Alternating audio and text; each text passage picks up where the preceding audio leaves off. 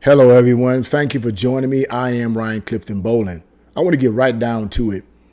I am becoming more and more convinced that our public schools and our universities, if you want to call them, our college universities have become cesspools of freaky behavior from so-called college professors.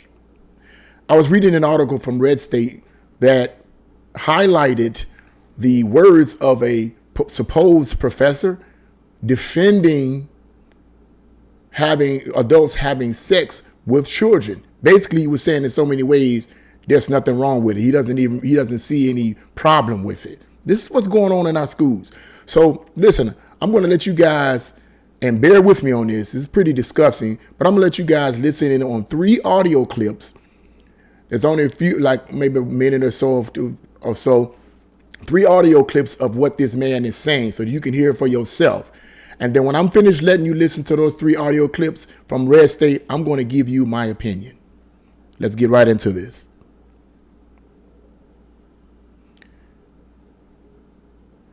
In fact, the article itself is entitled "New York Professor and Author Defends Child Rape." Let's get right into this. And here is his words.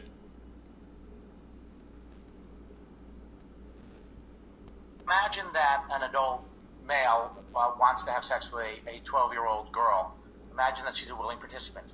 It's a very standard, very widely held view that there's something deeply wrong about this, and it's wrong independent of it being criminalized. It's not obvious to me that is in fact wrong. I think this is a mistake, and I think that exploring why it's a mistake will tell us not only things about adult-child sex and statutory rape, but also about fundamental principles of morality.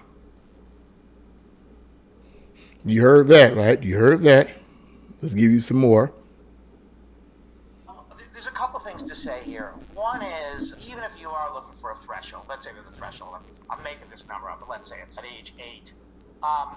Still, that tells you that some adult-child sex is permissible.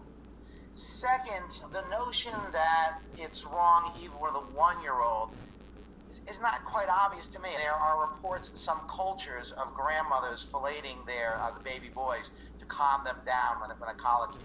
Now, I don't know if this is true, but this is sort of widely reported as occurring in at least one culture. And it working, that the grandmothers believe this actually works. If this were to be true, and again, I don't know it to be true, if it were to be true, it's hard to see what would be wrong with it. So, yeah, I guess I think, no, I don't think there's a blanket period beyond which this is permissible. If we're interested in willing participation, which is the way I structured it, then yeah, there's a point below which people aren't willing participants in anything because they don't have intentions or they don't have the sort of mental states that allow for willing participation. But no, I don't think it's blanket wrong at any age. You heard that, right? And here's the last one. They might think that children can't be willing things in general.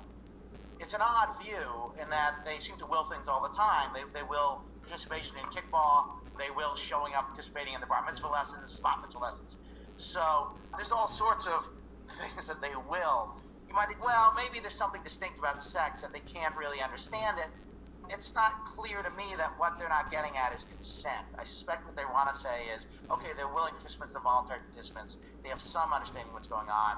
Not the understanding we do, but some understanding, but they haven't consented. But perhaps that's so, but that's a different claim from their being unwilling. There's just lots of activities that children engage in that they don't understand all that well. For example, when you first show up to participate in judo tournaments, or you prepare for your bat mitzvah, you have a rough idea, but it's not clear how much you fully understand it. You heard that. You heard that. Now, according to this article, this professor is a philosophy professor at the State University of New York. And he went viral with this. He's a philosophy professor at the State University of New York. So this is what we're surrounded by, people. You know, this is really, really, really a sick situation here. There is no way you can justify this. There's no way at all. So I'm not going to even get into an argument about whether or not he's right or wrong or whatever. I mean, if you agree with that, then Okay, fine. Fine. You agree with these freaky professors? Fine. Everybody has right to their own opinion. I disagree with it. I think we have potential pedophiles in our schools, and I'm not talking about the students. I'm talking about the professors. Now, here may be something that some people don't know as to exactly how long this kind of mindset was being pushed by other professors before this professor of philosophy or whatever. That this has been going on for a long time, ever since the 50s. And let's check this out. I purchased a book some years ago. It's entitled Grave Influence, 21 Radicals and Their Worldviews That, what does it say? That Rule America from the Grave. And the author of this book, Brannon Howse, has a chapter on a professor by the name of Alfred Kinsey. He was born in 1894 and 1956. And based on this author's research of this particular professor from 1894 to 1956, these are his assessments. He said that this man, Alfred Kinsey, who was a professor that earned his PhD at Harvard University, states his research included in collecting data from adult men who had raped and molested as many as 300 children ranging in age from 2 months to 15 years. Kinsey personally watched and kept detailed notes. This data was then compiled into charts and tables that claimed to record the sexual stimulation. Listen to this, this is gross. That claimed to record the sexual stimulation of children, including infants. And then the author of this particular book goes on to say in his later assessment of Alfred Kinsey, Kinsey believed it was vital for children to engage in sex by age 6 before they picked up, quote, cultural taboos based on religion. He did not think people should be classified as homosexual or heterosexual, and one of his specific propaganda goals, get this now, you holding on, you listening? This is what this man's research came up with this man concerning this man Alfred Kinsey. His propaganda goals was to normalize homosexuality, bisexuality, pedophilia, and other sexual perversions. Enough of that. So, assuming that Brannon Howse's research of this professor from all the way from the early 1900s to 1956, assuming his assessment of this individual is true, which I believe it is, that shows you just how long this kind of mentality has been pushed in our schools. So this modern professor here defending the same ideology is only defending what his father was trying to push from the beginning. Now, you know what I mean by his father. I don't mean his biological father, but metaphorically, this other man, Alfred Kinsey, a professor, a man with a PhD at Harvard University, one of the most elite universities in our country, or supposedly, at one point it was, pushing this sick, profane ideology. Clearly, it's been pervading many of the universities in our country for decades.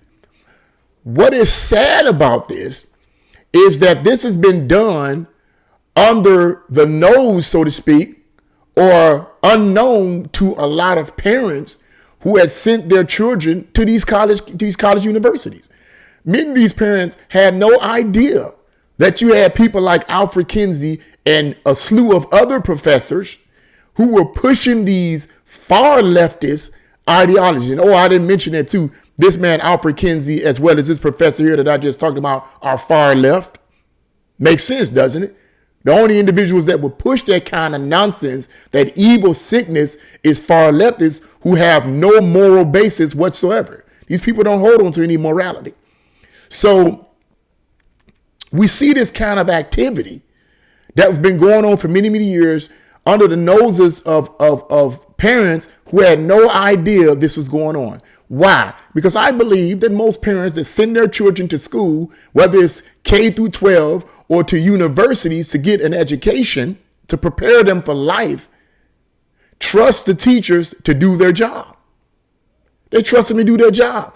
They don't think for once that you got professors defending having sex with a minor or defending raping a child. They don't think nothing like that. That's too sick. That's too far gone. You know, and if the mainstream media does any covering of this, they spin it in a way that is just a conspiracy theory. Now somebody looking and say, well, that's not newsworthy. Man, don't make me slap you. Clearly that's newsworthy, but you probably won't hear this on the mainstream news, which is for the most part, far leftist pushing. You're not going to hear this kind of stuff because there's an agenda. There's an agenda, in my opinion. There's a huge, sick, evil agenda that's being pushed. But once again, my purpose on these videos is to expose the evil. See, as I said earlier in my closing, parents were sending their children to these college universities, okay, unaware of some of these professors that was pushing this ideology and believing in this type of stuff. They were unaware of it. Had the news exposed any of this kind of activity, and I don't know whether or not they did, I'm assuming that they didn't in the past, had they exposed any of this activity in extended way rather than just a short little clip here or there and then they're going about something stupid, then parents would have thought twice about sending their children to any of these kind of universities. They would have thought twice about it. But because parents didn't know, they sent them. And my purpose is to expose this, expose what's going on. Yes, Alfred Kinsey was a professor all the way back to the 1950s that pushed that kind of ideology. But guess what? That was just, you say, well, that's back then, but we got this professor I just let you hear the audio clips of saying these things today. And he's not the only professor that has spoke on defending this kind of activity with sexuality with children and minors. He's not the only one. So this is what's going on. This is what's going on. It's sick, but it needs to be exposed. It needs to be exposed. And people like this, our taxpayer money or donations are paying for these people's salaries. We're paying the salaries of potential, in my opinion. We're paying the salaries, whether it's through our tax money or donations, whatever the case may be. In my opinion, we're paying the salaries of potential pedophiles. I'm just saying. And if they themselves are not potential pedophiles, and they're teaching this kind of pedophilic behavior to the students, you're planting seeds in the vulnerable, gullible, empty minds of millions of children all over, of millions of young people all over this country to think that way. Got to think about that. But that's just my opinion on it. What do you guys think? Leave your comments in the comment section below. You know what I think about this. This is sick. This is disgusting. But once again, it's been going on for decades. And it's been going on unaware to the parents who sent their kids to these universities. So what do you guys think? Leave your comments in the comment section below. If you like this video, press the like button, share this video, and subscribe. God bless you all, and see you again.